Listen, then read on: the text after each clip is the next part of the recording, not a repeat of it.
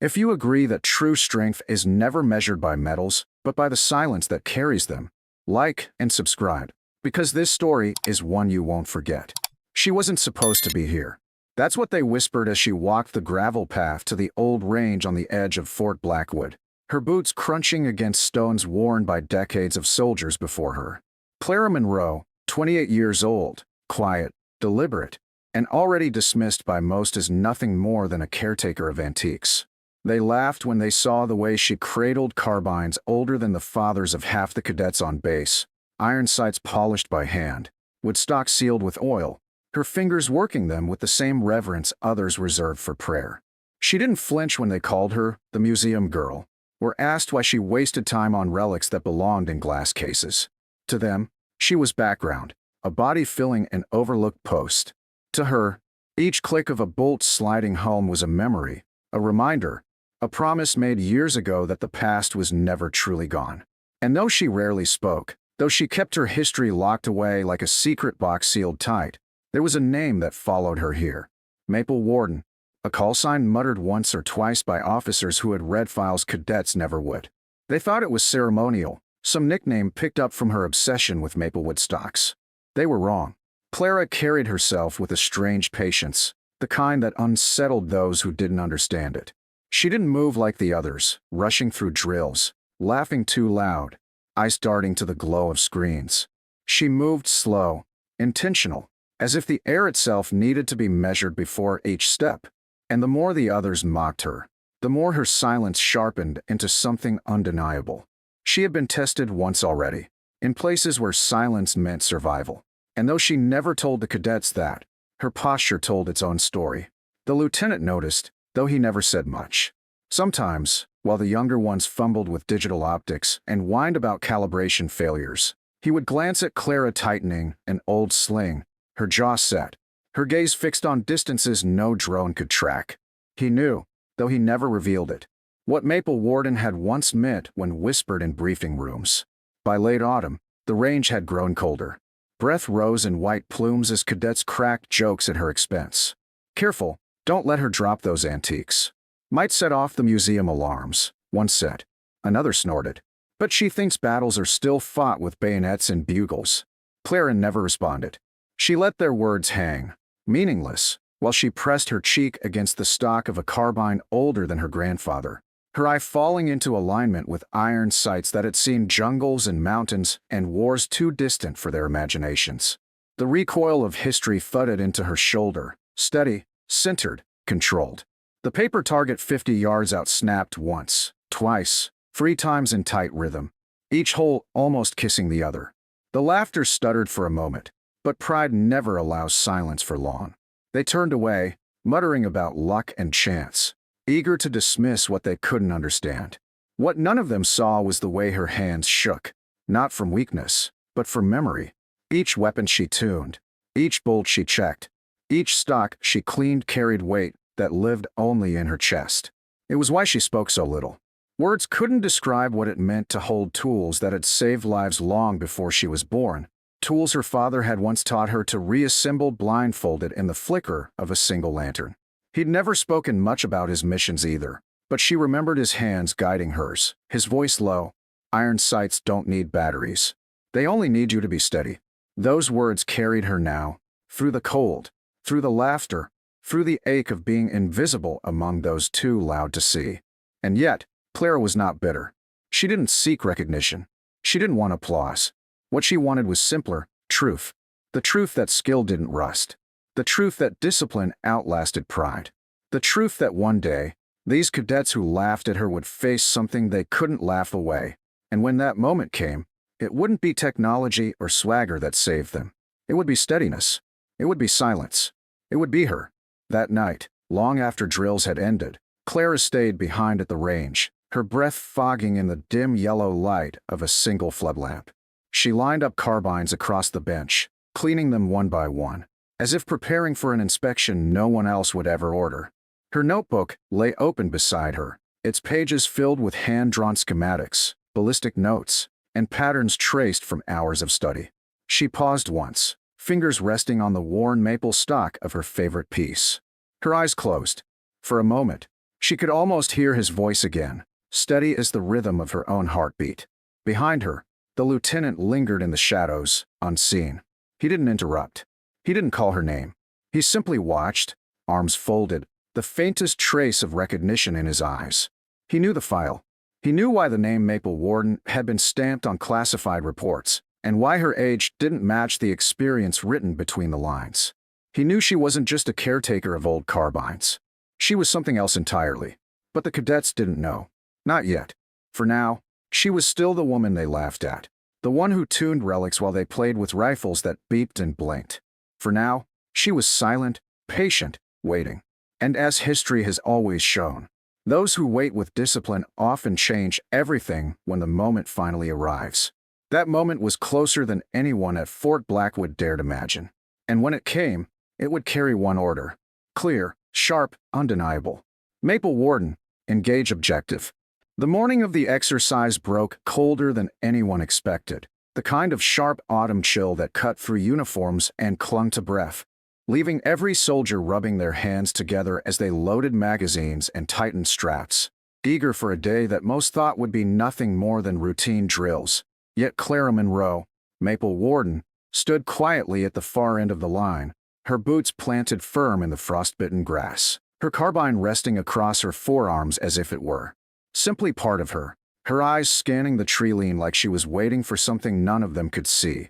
The younger cadets buzzed with excitement, laughing about simulated firefights and showing off their optic skills, tossing casual jabs her way.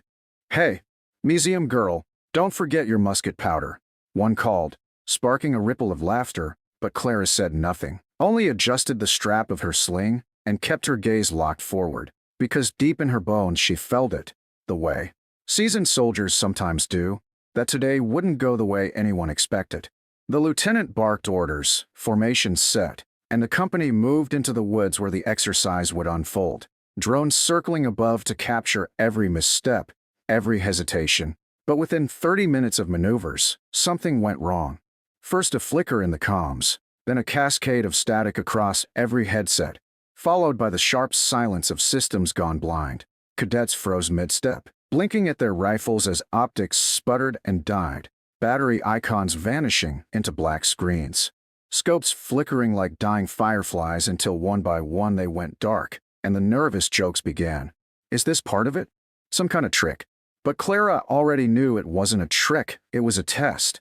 And as panic rippled through the group, Lieutenant Harris's voice cut through the chaos, sharp but laced with unease, ordering regroup, defensive positions. Yet even his commands stumbled as the enemy, Red Team, older soldiers trained in asymmetrical tactics, struck from the shadows, using the collapse of electronics to sweep through like ghosts, and cadets who had relied too much on screens and sensors stumbled, firing wild, retreating in confusion, their fear louder than their training. In that swirling mess of shouts and static, Clara moved differently.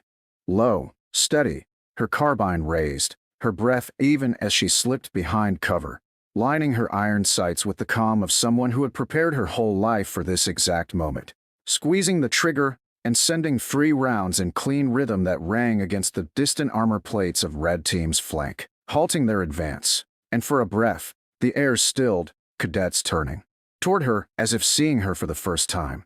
It was then, in the tense silence that followed, that the lieutenant's voice came not as a bark but as something heavier, deliberate, almost ceremonial over the failing comms. Maple Warden, engage objective. The order landed like a strike of lightning, pulling heads around, confusion flashing in the eyes of the cadets who had mocked her only hours ago. Maple Warden? But for Clara, it was a name she hadn't heard spoken in years, and the moment it left his lips, the forest seemed to settle into clarity. She shifted her stance, raised her weapon, and in calm, measured movements began to cut a path through chaos, not with speed or flash, but with precision, every shot deliberate, every order to the panicked cadets short, steady, and impossible to ignore. Cover left. Watch elevation. Breathe before you fire. Her iron sights never failed, her focus never cracked, and slowly, the tide shifted, not because technology returned, but because discipline had. Cadets who had dismissed her now fell in line behind her, learning in seconds what she had carried for decades. That steadiness doesn't rust, that silence is louder than panic, and that leadership isn't claimed with words, but proven under fire. By the time the red team pulled back, their ambush broken, the forest was quiet save for the heavy breathing of young soldiers who had just learned their first real lesson. And in that silence Clara lowered her weapon, her face unreadable, her heart beating steady as ever, because she knew this wasn't the end. This was only the beginning of them finally seeing who she really was. The debrief hall smelled faintly of damp wool and gun oil, the kind of lingering mix that clung to uniforms after a long day in the field. And though the heaters rattled against the chill of late autumn, the room itself felt colder than the forest they had just marched out of, for silence had its own frost, and it was thick here, pressing on the cadets who sat hunched in the rows of metal chairs, their faces pale, their hands folded awkwardly in their laps. Some still had streaks of mud across their cheeks, some had faint bruises from stumbles during the exercise, but all of them wore the same expression: shame, the heavy realization that arrogance had failed them, and they had been rescued by the very person they had laughed at only hours earlier. At the front, Lieutenant Harris stood with his arms crossed, a file folder untouched on the table beside him, his gaze hard, his voice measured when he finally spoke. What happened out there will not be forgotten, and not because of your failures, but because of what you learned when those failures met silence. The cadets shifted in their seats, the words striking deeper than any punishment could, but Harris didn't let them off with vague lessons. His eyes swept the room, narrowing on each face, before he turned slightly, his voice rising. You lost your systems, your optics, your comms, and what did you do? You panicked. You shouted. You scattered. That is what happens when you build trust only in technology. But there was one among you who did not falter. She didn't need batteries. She didn't need screens. She remembered that the first weapon a soldier has is not the one in their hands. It's the discipline in their chest. Slowly, he raised a hand and gestured toward Clara Monroe, who stood off to the side, her boots still caked with dirt, her carbine slung across her shoulder, her eyes steady though the weight of 100 stares pressed down on her. Some cadets who had mocked her earlier looked away, unable to meet her gaze. Others stared openly, wide-eyed, as if seeing her for the first time. Harris's tone sharpened, each word precise. You called her museum girl. You called her relic. You laughed at her carbines, mocked her silence, and thought yourselves advanced because your scopes blinked blue and your rifles hummed with power. You didn't know that the woman you dismissed carried a name that once turned rooms quiet in classified briefings. Maple Warden. The code name fell into the room like a stone into still water, ripples of confusion and awe crossing young faces. Harris let the weight of it linger before continuing. That wasn't a nickname. That was a call sign, earned in places where no one carried drones above their heads, where enemies jammed every frequency, where optics died, and the only thing between survival and death was the ability to breathe, aim, and lead. A hush deeper than silence filled the room, even the hum of the heaters seeming to fade as cadets leaned forward, drawn despite themselves. Harris looked directly at Clara now, and though his voice was stern, there was something almost reverent threaded through it. She led missions in regions you've only read about in redacted paragraphs, missions that never made headlines, but wrote the manuals you train under today. You wouldn't know that because she never told you. She never needed to. She let you think what you wanted, until the moment your arrogance nearly cost you everything. Clara didn't move, didn't flinch, didn't seek the spotlight that was suddenly, unavoidably hers. She simply stood, her silence a kind of strength none of them had words for. Harris took a step back, giving her the floor, and though she hesitated for a heartbeat, her voice came low and steady, carrying through the hall without force, without theatrics. Iron sights don't need batteries. They only need you to be steady. That's all I've ever trusted. That's all my father ever taught me. And steadiness doesn't rust. Her words hung in the air, simple, unadorned, yet heavier than any lecture the cadets had ever endured. She scanned their faces, not with disdain, but with something far sharper: expectation. Leadership isn't about noise, she added after a pause. It's about what you do when the noise dies. And out there, when your screens went dark, the only thing left was who you are when no one's telling you what to do. She fell silent then, stepping back, her expression unreadable, as though she had given them enough, more than enough. The cadets sat frozen, some with flushed cheeks, some blinking hard, as if realizing in that moment that soldiering was not about bravado or gadgets, but about something far older and more demanding. Harris cleared his throat, closing the file he hadn't once opened. "That will be all," he said, dismissing them. The cadets rose in unison, boots scraping against concrete, but none left immediately. Instead, one by one, as Clara moved toward the exit, they shifted aside, shoulders straightening, silence falling again. Not the mocking silence from before, but the kind of silence that carried weight, respect, and the ache of lessons too recently learned. A young cadet, barely 19, whispered just loud enough to be heard, "Maple Warden," as if the name were legend and not the quiet woman walking past them. Clara didn't answer, didn't smile, didn't slow. She stepped through the doorway and into the fading light of day, the air outside sharp with the bite of winter coming on. She walked alone down the gravel path to the range, the sun slipping low, painting the sky in iron gray and ember orange, her breath fogging in rhythm with her steps. At the bench, she laid her carbine gently across the worn wood, unslung her pack, and pulled out her notebook. Its pages, filled with schematics, diagrams, and quiet truths, whispered as she flipped to a blank sheet.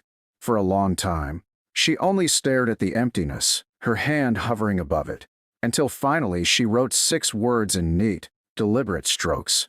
"Respect is earned in steadiness daily."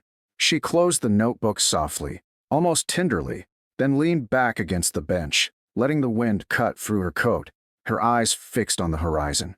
Inside the barracks, cadets whispered her name. In the officers' lounge, Harris sat alone, his coffee cooling, a faint smile touching the edge of his stern mouth. In the mess hall, one soldier repeated her words to another, and then another, until they spread like an unspoken creed. And by the end of the week, her silence had become the loudest sound on base. She never asked for recognition, never sought apology. She didn't need to. They would remember her not because of what she demanded, but because of what she had shown them. That when technology fails, when pride collapses, when noise dies, the soldier who steadies their breath and sights their iron will always carry the day. At Fort Blackwood, her legend had already begun, not with parades, not with medals, but with the echo of a single order that had cut through chaos like steel. "Maple Warden, engage objective."